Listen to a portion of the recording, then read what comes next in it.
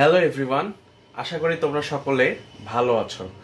তো 2025 সালে তোমাদের এখন পর্যন্ত বই দেয়নি, তো আমি চেষ্টা করছি যাতে তোমাদের একটু হলেও হেল্প করতে পারি। তো আমরা আজকে ক্লাস 8-এর বিজ্ঞান বইয়ের চ্যাপ্টার 6 দেখব। তো চ্যাপ্টার 6 এর নাম কি? পরমাণুর গঠন। আচ্ছা, আমরা সকলে জানি এই পদার্থ যে আছে এগুলো অসংখ্য কণা দিয়ে তৈরি। তো একটি হচ্ছে গিয়ে পরমাণু এবং অন্যটি হচ্ছে গিয়ে অণু। তো আমাদের চ্যাপ্টারের নাম কি? পরমাণুর গঠন। দ্যাট মিন্স আজকে আমরা পরমাণুর সম্পর্কে হচ্ছে গিয়ে আলোচনা করব। তো প্রথমেই আমাদের জানতে হবে, তোমাদের বইয়ে যেটা দেয়া আছে, যে পরমাণুর ইতিহাস, যে পরমাণুটা কিভাবে হচ্ছে গিয়ে নামকরণ হলো বা কে বা কারা আবিষ্কার করলো। পরমাণুর ধারণাটা প্রথম দেয় গ্রিক দার্শনিক ডেমোক্রিটাস খ্রিস্টপূর্ব 400 অব্দে।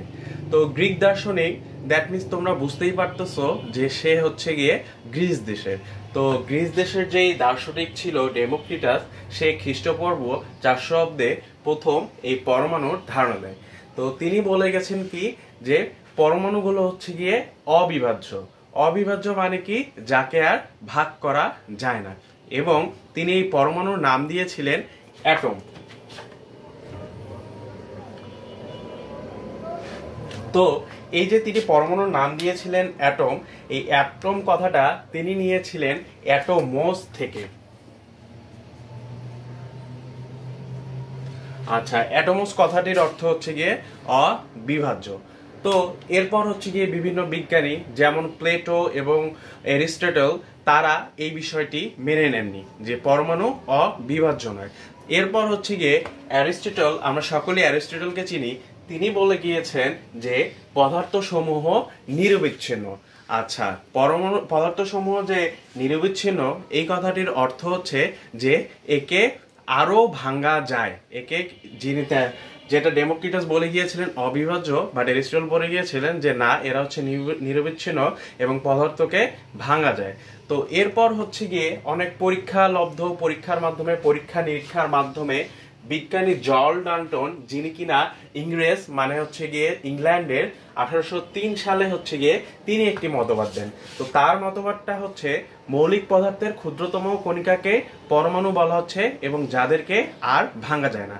তো মোটামুটি ওই সময় সকল বিজ্ঞানী এটি মেনে নিয়েছিলেন, ডাল্টনের মতবাদটি এবং অ্যারিস্টটলের মতবাদটি বাদ হয়ে যায়।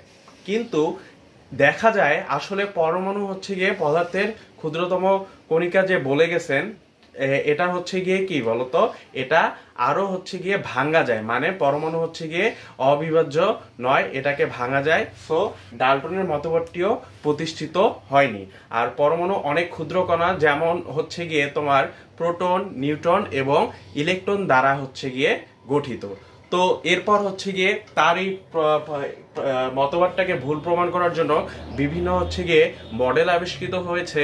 এর মধ্যে হচ্ছে গিয়ে রাদারফোর্ড পরমাণু মডেল এবং বোর পরমাণু মডেল, এটি হচ্ছে সব থেকে বেশি হচ্ছে গিয়ে আমরা পড়ে থাকি, এবং থমসন মডেলও থাকে, কিন্তু তোমাদের বইয়ে আলোচনা করা হয়েছে রাদারফোর্ড পরমাণু মডেল নিয়ে। তো আমরা এখন রাদারফোর্ড পরমাণু মডেলটি দেখব, যে রাদারফোর্ড কি বলে গেছেন। রাদারফোর্ড বলছেন যে পরমাণুতে ধনাত্মক আধান ও ভর একটি ক্ষুদ্র জায়গায় আবদ্ধ। তিনি এর নাম দেন নিউক্লিয়াস। এটি পরমাণুর কেন্দ্রে অবস্থিত। অর্থাৎ প্রত্যেক পরমাণুর কেন্দ্রে হচ্ছে গিয়ে এর ধনাত্মক আধান এবং এর ভর পুঞ্জীভূত আছে। এটার নাম দেন তিনি কি? নিউক্লিয়াস। আচ্ছা, তিনি বলেন পরমাণুর বেশিরভাগ জায়গা ফাঁকা, আর ঋণাত্মক আধানযুক্ত কণার তেমন কোনো ভর নেই এবং তারা নিউক্লিয়াসকে কেন্দ্র করে ঘুরছে।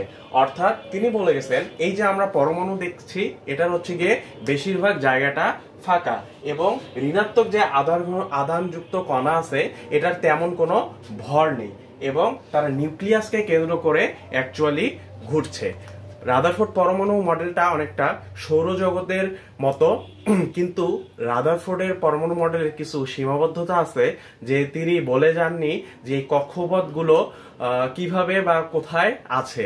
কিন্তু পরবর্তীতে বিজ্ঞানী নিলস বোর তার মডেল যে উপস্থাপন করে গেছেন, তিনি কক্ষপথগুলোর ধারণা দিয়ে গেছেন। তোমরা যখন ক্লাস 9-এ উঠবা, তো সেখানে হচ্ছে গিয়ে কেমিস্ট্রি বইয়ে বোর পরমাণু মডেল এবং রাদারফোর্ড পরমাণু মডেল নিয়ে আরো বিস্তারিত জানতে পারবে। আচ্ছা, আরেকটি বিষয় হচ্ছে গিয়ে, তাহলে আমরা দেখতে পারতেছি রাদারফোর্ড পরমাণু মডেল অনুযায়ী এই কণাগুলো হচ্ছে গিয়ে তোমার প্রোটন, ইলেকট্রন আর নিউট্রন দ্বারা গঠিত। আচ্ছা, তাহলে রাদারফোর্ডের এই পরীক্ষা দ্বারা আমরা বুঝতে পারছি যে পরমাণু হচ্ছে গিয়ে অবিভাজ্য নয়, এরা গঠিত প্রোটন, ইলেকট্রন এবং নিউট্রন দ্বারা।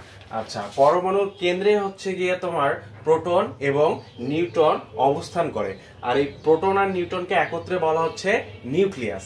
আচ্ছা, এর চারিদিকে ঘুরছে হচ্ছে গিয়ে ইলেকট্রনগুলো। আর এই যে প্রোটন আছে যেটা, এই প্রোটনের চার্জ হচ্ছে ধনাত্মক, ইলেকট্রনের চার্জ হচ্ছে ঋণাত্মক এবং তোমার নিউট্রন হচ্ছে গিয়ে আধান নিরপেক্ষ। আচ্ছা, এই ইলেকট্রন এবং নিউক্লিয়াসের মধ্যবর্তী স্থান যেটা আছে, এটা হচ্ছে গিয়ে বেশিরভাগই ফাঁকা।